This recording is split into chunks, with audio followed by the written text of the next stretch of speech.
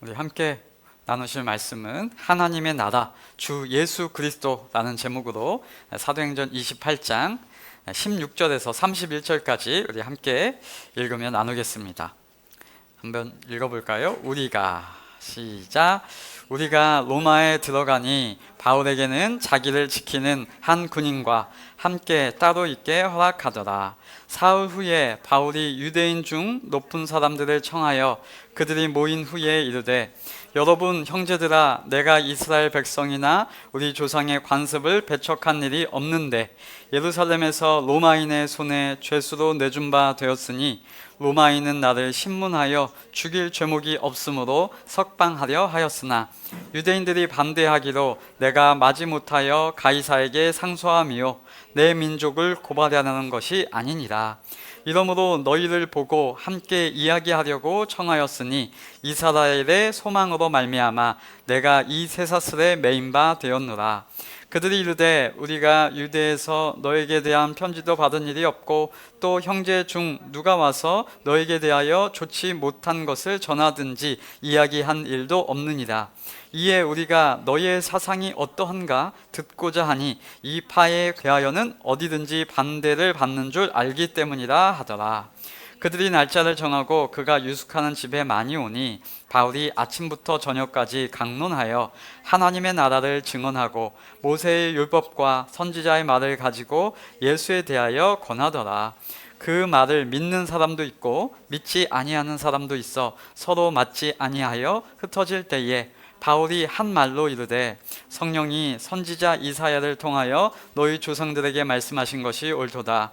일러스되 이 백성에게 가서 말하기를, 너희가 듣기는 들어도 도무지 깨닫지 못하며 보기는 보아도 도무지 알지 못하는도다. 이 백성들의 마음이 우둔하여져서 그 귀로는 둔하게 듣고 그 눈은 감았으니 이는 눈으로 보고 귀로 듣고 마음으로 깨달아 돌아오면 내가 고쳐줄까 함이라 하였으니, 그런즉 하나님의 이 구원이 이방인에게로 보내어진 줄 알라. 그들은 그것을 들으라 하더라. 바울이 온 이태를 자기 셋집에 머물면서 자기에게 오는 사람을 다 영접하고 하나님의 나라를 전파하며 주 예수 그리스도에 관한 모든 것을 담대하게 거침없이 가르치더라. 아멘. 오늘로 사도행전 28장 마지막 절까지 다 읽었습니다. 사도행전을 쭉 함께 나누어 보신 소감이 어떠신지, 느낌과 반응은 각각 다를 것입니다.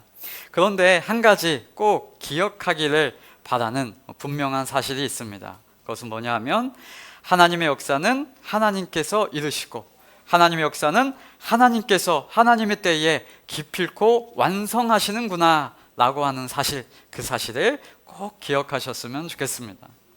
중간에 여러 과정이 있었고요, 여러 상황이 달리 각기 나타났지만 그래도 그 모든 과정 속에서 하나님께서 함께 하시고 도우시고 격려하시고 응답하시고 말씀하시고 역사하셔서 기필코 열매를 맺도록 역사해 내시는구나 하고 우리는 이 성경을 보며 살펴보실 수 있었을 것입니다.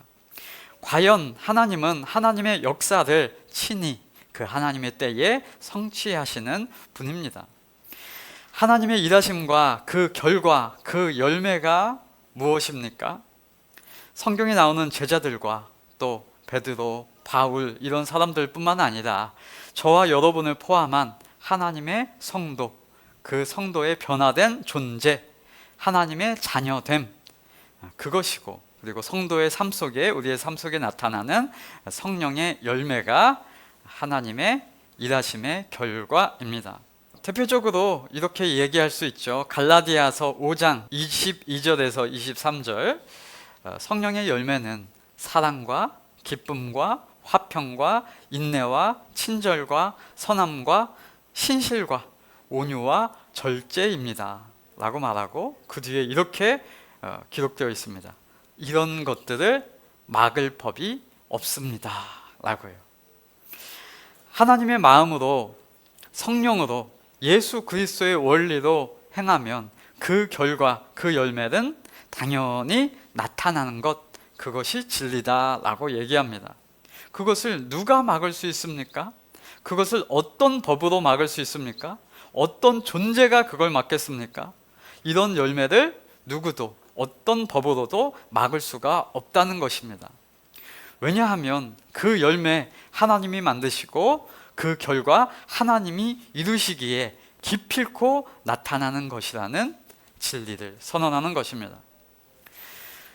구약에서 보면 되는 듯 하다가도 궁극적으로 보면 뭔가 어그러지는 일들, 성경에 여러분이 위인으로 생각하고 있는 하나님의 사람이다, 훌륭하다고 생각하는 그 사람도 후대에 보면 이상한 일들을 구약에서는 많이 보셨을 것입니다. 그래서 구약의 전체적인 흐름은, 구약의 결론은 예수 그리스도를 향하여 달려가는 것입니다. 구약에 하나님의 은혜 받은 많은 사람들이 있었지만 결과적으로 보면 어그러지고 하나님의 열매가 아닌 것 같은 모습도 이렇게 나타나시는 그 모습은 결국 인간의 존재는 예수 그리스도께서 오셔야만 온전케 바뀌어지는 것이구나 하는 것으로 얘기를 하는 것이죠. 원래 하나님은 창세기에 보면 하나님의 형상을 닮은 인간으로 지으셨는데 그 인간은 하나님을 거절하고 죄를 택했습니다. 그래서 죄를 택한 그 결과가 구약에서 계속 반복되어서 나타나는 것이고요. 그 결과 인간이 죄인이 되어서 죄가 만연함으로 인해서 자멸할 수밖에 없게 되었고 죄의 대가는 사망으로 나타났습니다. 그때에 하나님은 인류를 보존해주고 유지시켜 주셨고 하나님의 사람들을 부르셔서 그 다름을 보여주셨고 죄가 관영할 그때에, 인류의 자멸로 나아가야 할 그때에 하나님은 은혜로 아브라함이라고 하는 자를 부르셔서 이스라엘 민족을 세워서 다른 민족들과 다른 하나님의 백성을 세워서 선택하셨지만 그들은 또 그들 나름대로 또 하나님을 버리는 역사가 계속 왕정사 내내 지속됩니다. 사무엘상을 보면은 이스라엘이 자기를 다스릴 왕을 달라고 하죠. 하나님이 자기를 선택해서, 자기 민족을 선택해서 자기 민족의 왕이 되셔서 자기 민족을 다스려 주셨는데 하나님 그런 거 말고요, 왕을 주십시오 라고 할 때에 하나님께서 사무엘에게 이렇게 탄식하시면서 말씀하셨습니다. 이스라엘 백성들, 그들은 사무엘 너를 버린 게 아니라 나 하나님을 버린 거다. 그래서 자기들의 왕이 되지 못하게 함이니라 라고 할 만큼 이스라엘은 하나님을 버리고 하나님을 떠나고 하나님을 거절합니다. 그 결과는 당연히 좌절이고 절망이고 죄의 결과가 반복되는 역사, 그것이 보이는 겁니다. 그럴 때에도 하나님께서는 그 죄인된 자들에 대해서도 은혜를 베푸사 이스라엘을 돌아오게 하시고 선지자들을 보내시고 그들을 구원하시는 역사를 이어가십니다. 그러면 이제 이스라엘은 하나님이 우리를 이렇게 사랑하시는구나 하고 이해하고 철이 좀 들어야 하는데 그들은 여전히 패역하게 행하는 모습입니다. 구약의 역사를 보니까 솔로몬을 통하여서 지혜를 주어도 안 되고 또 그 여러 학문으로도 안 되고 또 여러 가지 종교적 제도, 절차, 제사법, 여러 가지 율법서 이런 것들로도 궁극적으로 해결되지 않는 역사를 구약은 보여주고 있는 것입니다. 그러면 어떻게 해요? 그런 걸로도 해결되지 않는 인간의 이 존재적인 문제, 너희들은 내가 그렇게 기회를 많이 줬는데 내가 그렇게 많이 찾아갔는데 안 되는구나, 이제는 안 되겠다, 싹 다 심판하고 끝내버리십니까? 아니요. 하나님은 그렇게 행하지 아니하시고 인간의 연약함을 아시고 인간의 죄성을 아시는 하나님은 때가 참에 하나님의 긍휼이, 하나님의 은혜의 해가 선포되는 것입니다. 그래서 이제 복음서가 이제 나오는 거예요. 요한복음 3장 16절에 이렇게 나옵니다. 하나님이 세상을 이처럼 사랑하사 독생자를 주셨으니 이는 그를 믿는 자마다 멸망하지 않고 영생을 얻게 하려 하심이라 라고 예수님은 선언하시며 오셨습니다. 네, 여기까지만 중요한 게 아니라 요한복음 3장 17절도 있다는 사실을 기억해야 합니다. 17절 이렇게 나와요. 하나님이 그 아들을 세상에 보내신 것은 세상을 심판하려 하심이 아니요 그로 말미암아 세상이 구원을 받게 하려 하심이라 라고 말합니다. 이게 하나님의 긍휼이요 이게 하나님이 세상에 향하여 가지신 마음입니다. 너희들 내 말 안 들으니까 내가 싹 쓸어버릴 거야, 이게 하나님의 마음이 아니고요, 예수님을 보내심, 그것은 세상을 심판하려 하심이 아니고 그로 말미암아 세상이 구원받게 하려 하심이라 라고 선언하는 것입니다. 하나님이 직접 오시는 거예요. 그 인간의 몸으로 역사 가운데 예수 그리스도라는 이름으로 침투해 오십니다. 하나님은 왜 그럴까요? 하나님이 해결하지 않으면 안 될 만큼 이 죄 문제, 인간 세상의 문제가 심각하고 복잡하고 어렵기 때문에 신이 오셔야만 해결되기 때문입니다. 그래서 예수님, 하나님의 아들인 그 예수님께서 오셔서 이 복음서에 여러 가지 사역이 나오는 겁니다.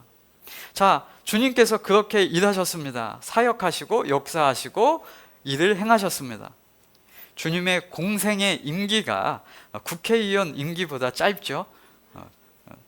1년으로 보는 분도 있고 6월절 절기로 생각하면 3번 요한복음에 이제 나오니까 3년여 기간일 것으로 보는데, 그 기간 동안 사람들을 고치시고 선한 일을 행하시고 십자가 죽음과 부활을 행하시고 승천하심으로 주님이 역사를 이루셨습니다. 자, 주님이 3년여의 임기를 행하시고 나니까 여러분, 세상이 좀 바뀌었나요? 혹 여러분의 살림살이가 좀 나아지셨습니까? 지금 구약에서 신약으로 바뀌는 그 역사가 지금 일어났고 우리는 신약 이후의 삶을 살아가고 있는데, 여러분, 예수님이 오셔서 이 세상 살림살이, 여러분의 삶이 좀 바뀌셨습니까? 나아지셨습니까? 네, 이 대답이 구약과 신약을 결정합니다. 정답은 뭐예요? 네, 저는 이렇게 대답합니다. 네, 주님 때문에 살았습니다. 이 세상 가운데 주님 소망이 생겼습니다. 주님으로 인해서 오늘도 열매 가운데, 은혜 가운데 이 거친 세상, 험난한 세상 그래도 살아갈 수 있게 되었습니다. 제가 성도된 것이 그 증거이고요. 주님, 나도 하나님의 아들을 알고 성령을 받아서 예수 믿게 된 것이 정말로 인생 최고의 복이고 살림살이의 최고의 변화입니다 하고 저는 고백합니다. 한 성도로서요. 네, 실제로 그러니까요. 여러분, 구약에는 궁극적으로 이 한 가지 문제, 죄의 문제가 해결되지 않았기 때문에 계속해서 나타내주고 보여주는 것이 죄인된 인간의 시선입니다. 그래서 구약에서 보면 때로 그 표징이 나타날 때 뭔가 부요함으로 나타나기도 하고요, 뭔가 거창한 일을 벌이기도 하고요, 뭔가 눈에 싹 보이는 기적들이, 아주 거창한 모습들이 나타납니다. 막 바다가 갈라지기도 하고 뭔가 멋진 모습들, 누가 봐도, 세상 사람들 누가 봐도 우월하고 성공한 것처럼 보여지는, 여왕이 되고 막 총리가 되고 솔로몬 왕이 막 물질이 많고 포로 출신 다니엘이 저쪽 나라에 가서 총리가 되는 그런 것들이 막 보여지는 겁니다. 왜냐하면 구약에서는 죄 문제가 해결되기 이전이기 때문에 그리스도의 복음의 명확한 이해, 그 명확한 하나님의 일하심의 명확한 이해가 없기 때문입니다. 그러니까 사람들을 설득하고 이해시키려면 눈에 보이고 드러나게 구약은 설명을 해주고 있는 겁니다. 그런데 신약에는 하나님의 실제적인 결과, 열매, 하나님의 일하심이 이제 등장하는 거예요. 그래서 복음서 이후에 사도행전, 서신서 이런 곳에서는 구약에 나타나는 모습들과 많이 다른 모습들이 많이 나와요. 제가 지난번에 한번 질문을 드렸었죠. 성경에서 어떤 인물처럼 살고 싶으시냐라고요. 여러분, 사도행전을 쭉 읽어 나가시면서 사도행전에 나오는 사람들, 그 성도들처럼 살고 싶으십니까? 사도 바울, 오늘 이제 쇠사랑에 묶여 있는데 이런 삶 살고 싶으십니까? 스데반과 같이 예수님의 복음을 전하다가 돌 맞아 무기력하게 죽는 그런 삶을 살고 싶습니까?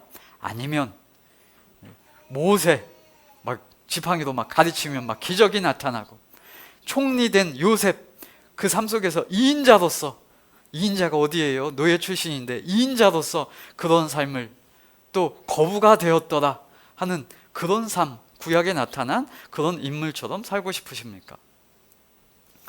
네, 이 질문에 대한 대답이 구약과 신약에 대한 이해를 좌우하죠. 아니, 하나님의 능력이 있다는 사람들이 늘 보면 매 맞고 돌 맞고 죽을 뻔해서 사도 바울의 이 삶을 보면, 예수 만난 이후와 이전의 삶을 보면 돌 던지는 사람에서 이제 돌 맞고 도망다는 사람으로 바뀌거든요. 묶이고 갇히고 그런단 말입니다. 아니, 28장에 되면 결론을 좀 좋게 해피엔딩을 줘야 되잖아요. 로마에 가가지고 풀려났더라 라던가, 로마에 가서 재판 잘 받아가지고 풀려나서 행복하게 여생을 누렸더라 라든가 이런 삶을 살았더라 라고 해야 되는데 그런 것은 없고 그런 결과는 없고 아직도 갇혀있단 말입니다. 28장에도. 여러분, 그런데 사도행전은요, 하나님의 시선이 있고요, 세상의 눈과 다른 하나님의 일하심이 있습니다. 하나님의 시선, 하나님의 마음이 없는 사도행전을 눈으로 볼 때는 도무지 실패처럼 보이는 것입니다. 하나님의 관점이 아니고서는 사도행전의 이 성도들, 이 백성들, 하나님의 자녀들의 삶처럼 도무지 살고 싶지 않다는 것입니다. 그러나 하나님의 시선과 하나님의 관점을 가진 눈으로 보면 세상이 주는 모든 부와 권세 다 합쳐도 나는 이 하나님의 은혜와 견줄 수 없음을 안다 라고 고백하게 될 수 있는 것입니다. 그걸 누가 증언해요? 사도 바울이요. 사도 바울은 공유의 의원으로 살아갈 수 있는 삶이었습니다. 그런데 그게 포기된 삶을 살아갈 수 있는 마음이 되었다니까요. 그 모든 것과 바꿀 수 있을 만한 하나님의 복이 내게 있다 라고 고백하는 성도의 삶이 지금 주어진 것입니다. 이 묶여있는 쇠사랑, 쇠고랑이 묶여있는 것과는 비교할 수 없을 만큼 하나님의 자유함이 이 성도된 사도 바울에게 주어졌다라는 것입니다. 그 인식이, 그 가치가, 그 하나님의 원리가 성도로 변화되었기 때문에 이 사람이 세상이 보기에는 아니 왜 그렇게 살아? 라고 하는 그런 삶을 기꺼이 순종하며 살아갈 수 있는 삶으로 변화되었다라는 것입니다. 여러분, 성령의 열매는 아무 때나 드러나고 나타내 보이는 게 아니죠. 어떨 때 그게 두드러지게 보이고 나타내고 발현되는지 아십니까? 성령의 열매가 어떨 때 인식되는가 하면 상황이 좀 어렵고 공고해지고 답답한 상황이 있고 그럴 때에 넘치고 확증되고 드러납니다. 인내할 일이 없을 때는 잘 몰라요. 반면에 어려움이 삶에 다가오면 그럴 때 이제 성령의 역사가 발현되면 명확하게 알죠. 내 삶이 공고하고 어렵고 답답한 상황이고 안 좋은데 속에서 올라오는 인내가 되어지고 기쁨이 나고 행복감이 들면 이게 하나님의 은혜구나. 기쁜 일, 좋은 일만 있으면 희락이 아니고 사람들이 어떻게 인식하냐면 그냥 상황이 좋아서 내가 이렇구나, 기쁜 일이 잘 돼서 그렇구나, 상황이 잘 풀려서 인내가 되어지는구나, 이렇게 생각하기 쉽죠. 근데 곤고하고 잡혔고 묶였고 상황이 곤란한 그때에 하나님께서 말씀하셨어. 바울아, 내가 너를 지키고 내가 너를 인도할게. 그때 다가오는 이 평안함, 그때 느껴지는 이 희락, 그때 발현되는 하나님의 열매가 명확하게 인식하게 될 수 있게 되는 것이죠. 하나님이 주시는 화평의 마음이 들고 온유한 마음이 나오고 그런 상황 가운데도 절제가 되어지는 것, 그때 성령의 열매가 증명되는 것입니다. 이걸 누가 막아요? 이 상황이 그 열매를 어떻게 막아요? 세상의 법이 막을 수 있습니까? 세상에 어떤 사람이 막을 수 있습니까? 절대 막을 수 있는 방법이 없습니다. 막 나오는데, 막 기쁨이 드는데, 네, 그게 성령의 능력, 하나님의 열매라는 것입니다. 이 하나님의 원리를 이해하지 못하는 자들이 바라볼 때 그것은 말도 안 되는 것이고 죄의 속성과 확연하게 다르기에 핍박하기도 할 겁니다. 성도에게 그런 고난이 있을 것임도 성도는 아는 것입니다. 성도의 삶에 하루하루가 하나님의 말씀대로 살 것인가, 세상의 거짓과 위협에 모른 척 넘어갈 것인가, 그런 자리에 우리는 서 있잖아요. 그래서 우리는 때때로 넘어지고 실패도 할 것입니다. 그럼에도 불구하고 그 실패와 어려움 속에서도 우리는 희망이 있습니다.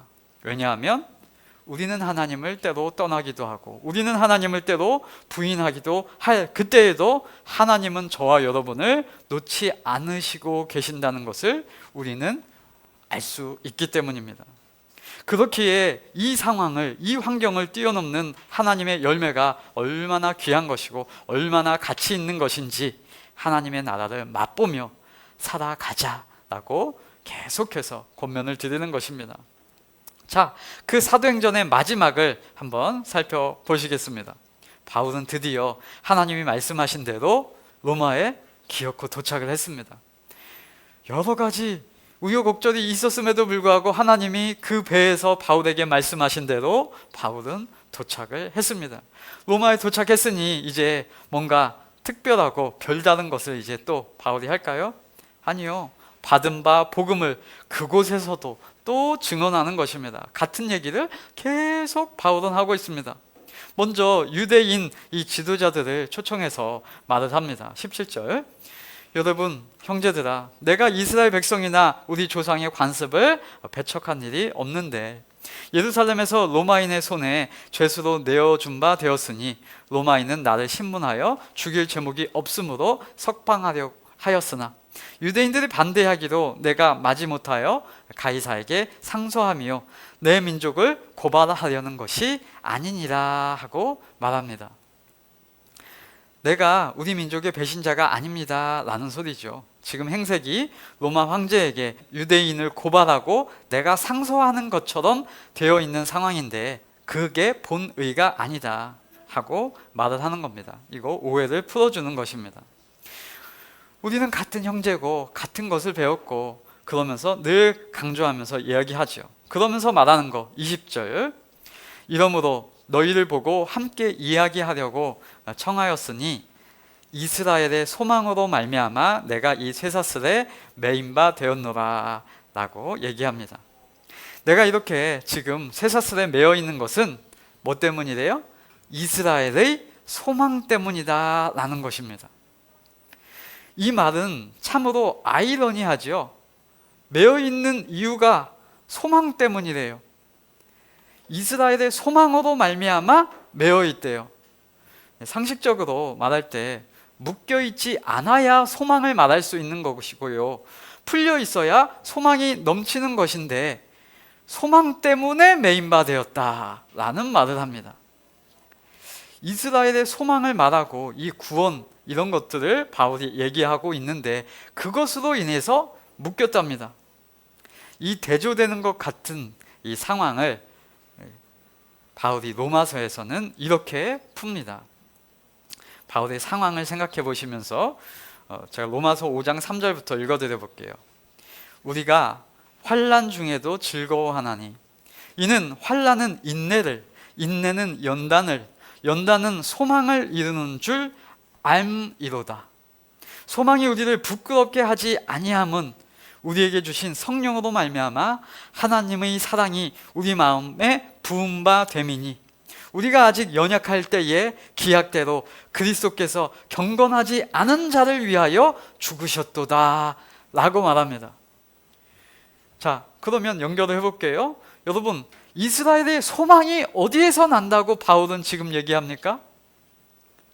예수 그리스도께서 이미 약속하신 대로 우리가 죄인이었을 때 죽어주심, 그것이 뭐래요? 그것이 이스라엘의 소망, 우리의 소망, 묶인 자의 소망, 갇혀있는 자의 소망, 환난 중에도 즐거워할 수 있는 소망이라고 바울은 설명하는 거예요. 이 소망은 우리에게 주신 성령으로 말미암아 하나님의 사랑이 우리 마음에 부은 바 됨이니. 이게 뭐예요? 성령의 열매잖아요. 지금 갇혀있고 답답하고 상황은 어려운데 예수 그리스도, 그게 우리의 소망이랍니다. 다른 말로 하면 성령의 열매가 하나님의 부어주심으로 인하여 나타난 것, 그것이 우리의 소망이다 라고 설명하고 있는 것입니다. 그런데 그것이 어디서 등장합니까? 환난 중에서 나타난다 라고 설명하는 겁니다. 이 능력은 세상에서 줄 수 없는 능력, 어떤 방법으로도 어떤 법으로도 막을 수 없는 하나님의 능력의 성취하심이다 라고 성경은 기록하는 것입니다. 성령의 열매라고 그것을 말하죠. 그것을 하나님의 성도 바울은 몸소 겪고 있고 증언하고 있고 소망을 나타내고 있다라고 말합니다. 파멸한 이스라엘에 예수 소망을 주었는데 그들은 그 소망으로 인해서 바울을 가뒀다라고 지금 상황을 정리해주고 있는 것입니다. 이것을 들은 자의 반응 어떨까요? 21절에 나와 있습니다. 그들이 이르되 우리가 유대에서 너에게 대한 편지도 받은 일이 없고 또 형제 중에 누가 와서 너에게 대하여 좋지 못한 것을 전하든지 이야기한 일이 없느니라. 우리는 잘 모르겠다 이것이고요. 22절 이에 우리가 너의 사상이 어떠한가 듣고자 하니. 우리가 아는 것은 이겁니다. 이 파에 대하여는 어디서든지 반대를 받는 줄 알기 때문이라 라고 말합니다. 예수 소망, 이스라엘의 소망을 얘기했더니 니네가 말하는 거 어떠한가 내가 잘 모르겠고 니네는 늘 반대받는 거더라 라고 이제 얘기를 하는 거죠. 그러니까 그거 바울이 뭘 말하는지 잘 모르겠으니까 우리가 들어보고 결정하겠다 라고 합니다. 그러니까 이제 바울이 그걸 이제 설명해 줘야겠죠. 모른다고 하니까 같이 날짜를 잡고 바울의 숙소로 사람들을 많이 불러 모읍니다. 그때 이제 아침부터 저녁까지 또 뭘 합니까? 하나님의 나라를 증언합니다. 또 구약 성경을 가지고 예수 그리스도에 대하여 쓰여진 것이라고 설명하고 믿도록 권면하였다. 그 일을 이 묶인 자가 예수 그리스도의 소망을 이야기하는 것입니다. 자, 그러면 이때 바울의 이 일한 것 결과가 어땠을까요? 3천이나 믿더라, 많은 사람이 구원받았더라, 그럴까요? 아니면 그냥 그랬더라 일까요? 이번에는 그냥 그랬더라 라고 나옵니다. 24절에 보니까 믿는 사람도 있고 믿지 아니하는 사람도 있더라. 아니 목사님 왜 이렇게 이런 본문에서는 심심해요? 여러분 이게 심심하다라고 생각이 드셨으면 우리가 혹시 어디에 주목하고 있었을까 생각을 해봐야 합니다. 혹시 바울이 말하면 무조건 회개가 일어나고 바울의 영권, 바울의 영빨, 바울의 경건을 기대하고 바라보셨던 것 아닐까요? 그런 게 맞다 아니다? 성경은 아니라고 얘기하는 것이죠. 바울도 사람이에요. 또 베드로도 그렇고요. 어떤 사람들은 이런 걸 주장하기도 합니다. 중세시대에는 교황 무오설을 주장했었습니다. 교황을 신급으로 올려놓는 거예요. 그래서 무오설이 뭐냐면 교황은 오류가 없다입니다. 그러니까 교황님이 말씀하시면 말한 대로 다 맞는 거예요. 그런 게 기독교는 맞다 아니다? 아니다입니다. 아니다. 목사 무오설을 여러분이 주장하시면 교주가 하나 탄생하는 겁니다. 그렇지 않습니다. 똑같습니다. 똑같이 죄인이고 똑같이 하나님의 은혜가 필요한 자입니다. 목사도 똑같고 모든 성도가 동일합니다. 그 아니다를 이런 본문에서 알려주는 거예요. 바울도 사람이고 베드로도 그렇습니다. 기적이 일어났을 때 사도 바울도 그랬고 베드로도 그랬죠. 이스라엘 사람들아 왜 이 일을 놀랍게 여기느냐? 우리 개인의 권능과 경건으로 이 사람을 걷게 한 것처럼 왜 우리를 주목하느냐? 이 말은 기적이 일어났을 때뿐만 아니라 오늘과 같은 상황에서도 똑같이 적용해 보아야 하는 것입니다. 왜 바울이 그런 큰 능력을 발휘할 수 있을 줄로 왜 바울을 주목하느냐, 이렇게도 적용할 수 있어야 되죠. 바울의 개인의 권능과 경건으로 한 것처럼 바울을 주목할 것이 아닙니다. 네, 바울은 그걸 스스로 잘 알고 있습니다. 지난주에 본문에서는 바울이 기도해 주니까 보블리오 부친이 열병에서 나았고요, 그 섬에 많은 사람들이 고침을 많이 받았단 말입니다. 그런데 오늘은 말씀을 강론하였는데 사람들이 믿기도 하고 안 믿기도 하고 서로 토론하다가 가더라 이겁니다. 그럼 바울 영빨 식었네 이렇게 말하실 겁니까? 네, 그런 왜곡된 인식들이 깨어져야 한다라는 것입니다.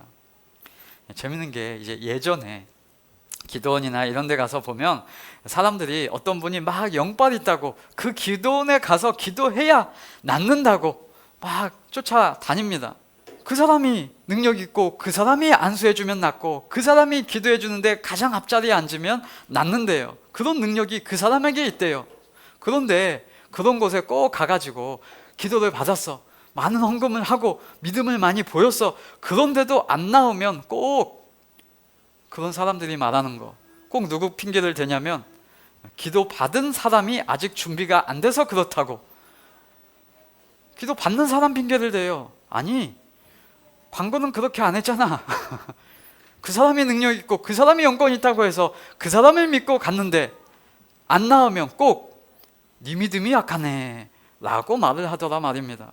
성경은 그런 얘기를 하는 게 아니에요. 하나님의 일하심, 하나님께서 하시는 거다. 그럼 바울은 그저 뭐 하는 겁니까? 말할 뿐입니다. 그저 증언할 뿐입니다. 바울에게 능력이 나오는 것이 아니라고 성경은, 바울은 얘기합니다. 고린도후서 4장 5절부터 이렇게 말해요. 우리는 우리를 전파하는 것이 아니라 오직 그리스도 예수의 주 되신 것과 또 예수를 위하여 우리가 너희 종된 것을 전파함이라. 여기서 말하는 우리가 바울 일행입니다. 어두운 가운데 빛이 빛이라 말씀하셨던 그 하나님께서 예수 그리스도의 얼굴에 있는 하나님의 영광을 아는 빛을 우리 마음에 비추셨느니라. 우리가 이 보배를 질그릇에 가졌으니, 그러면서 말합니다. 이는 심히 큰 능력은 하나님께 있고 우리에게 있지 아니함을 알게 하려 함이라 라고 말합니다. 그런 능력을 내가 가지고 있거나 사람이 직접 내가 원할 때 고쳐주거나 통제할 수 있는 것이 아님을 보여주는 것입니다.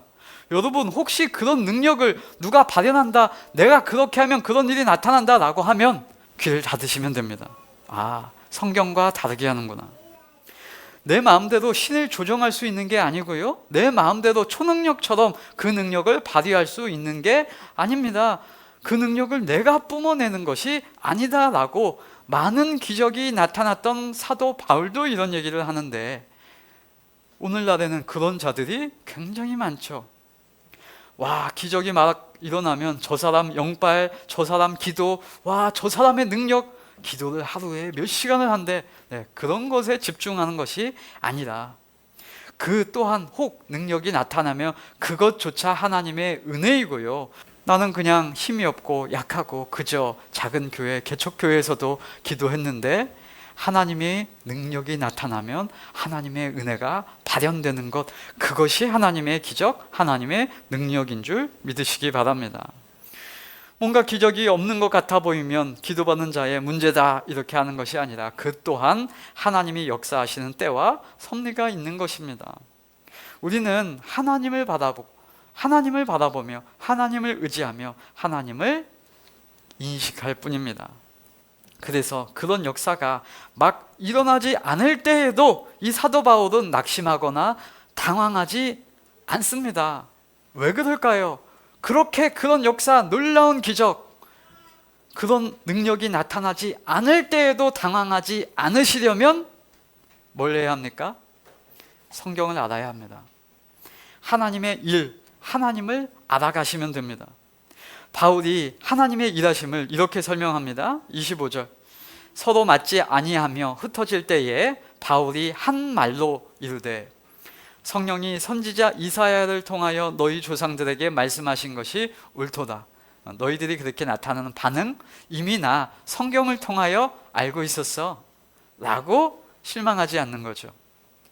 그러면서 이 말이 이사야서에 나오는 거예요. 이 백성에게 가서 말하기를 너희가 듣기는 들어도 도무지 깨닫지 못하며 보기는 보아도 도무지 알지 못하는도다.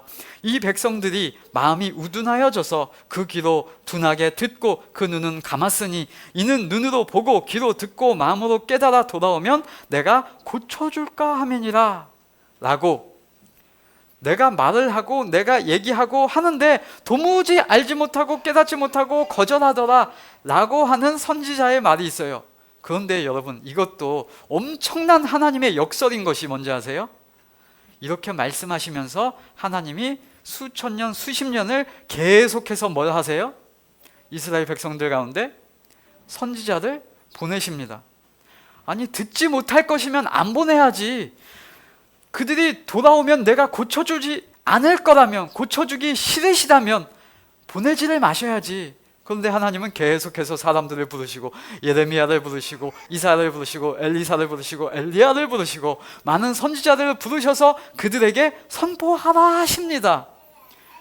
네, 이게 하나님의 역설이에요. 그러면서 이제 28절, 그런즉 바울은 이제 이렇게 이해하는 거예요. 하나님의 이 구원이 이방인에게로 보내어 준 줄 알라. 그들은 그것을 들으리라. 이방인에게 가면 또 그들이 들을 수도 있고 안 들을 수도 있죠. 그러면 또 이 하나님의 일하심을 기대하는 겁니다. 그러니까 바울은 이렇게 이해하는 거예요. 아, 내가 전한다고 그들이 변화되고 내가 전하지 않는다고 그들이 안 변하는 것이 아닌데 나는 뭘 하는 거예요? 그저 하나님의 말한 거, 하나님이 증하게 하신 거, 내 삶에 변하신 것을 계속하는 겁니다. 하나님께서 말씀하신 바대로 이러한 일 또한 있을 줄도 알고 있었다. 거절할 줄도 알고 있었다. 그럼에도 불구하고 바울은 계속해서 말을 하고 있다라는 것입니다. 어떻게 그것이 가능할까요? 네, 바울은 그게 좋으니까 하는 겁니다.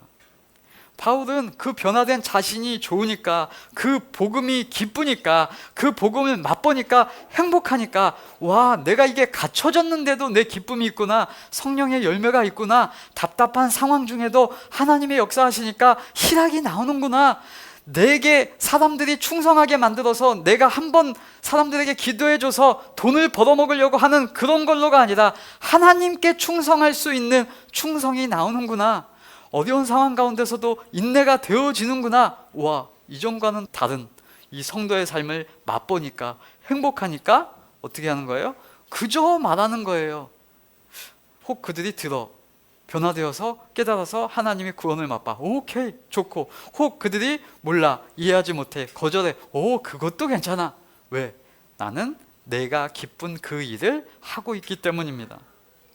나는 내가 빛날 필요가 없다. 왜냐하면 나는 이미 그 복음의 수혜자이고 복음을 전하는 것 자체가 내가 변화된 증거이고 확증이고 복음의 능력을 내가 경험하고 있고 맛보고 있고, 그러니까 하나님이 일하셔서 그 복음이 그들에게 나타난다면 기쁜 것이고 혹 때가 안 됐다면 그것조차도 나는 알고 있다라고 이야기할 수 있는 거죠. 그리스도를 박해하던 나에게까지 하나님이 복음의 능력을 주셨다면 그들에게도 언젠가 하나님이 역사하실 것임을 이스라엘 소망으로 인하여, 예수 그리스도의 소망으로 인하여 맛보고 있는 것입니다. 예수님 믿는 자랑과 기쁨을 바울은 지금 알고 있고 믿고 있고 경험하고 있고 만끽하고 있고 누리고 있다라는 것입니다. 그거면 된 거죠.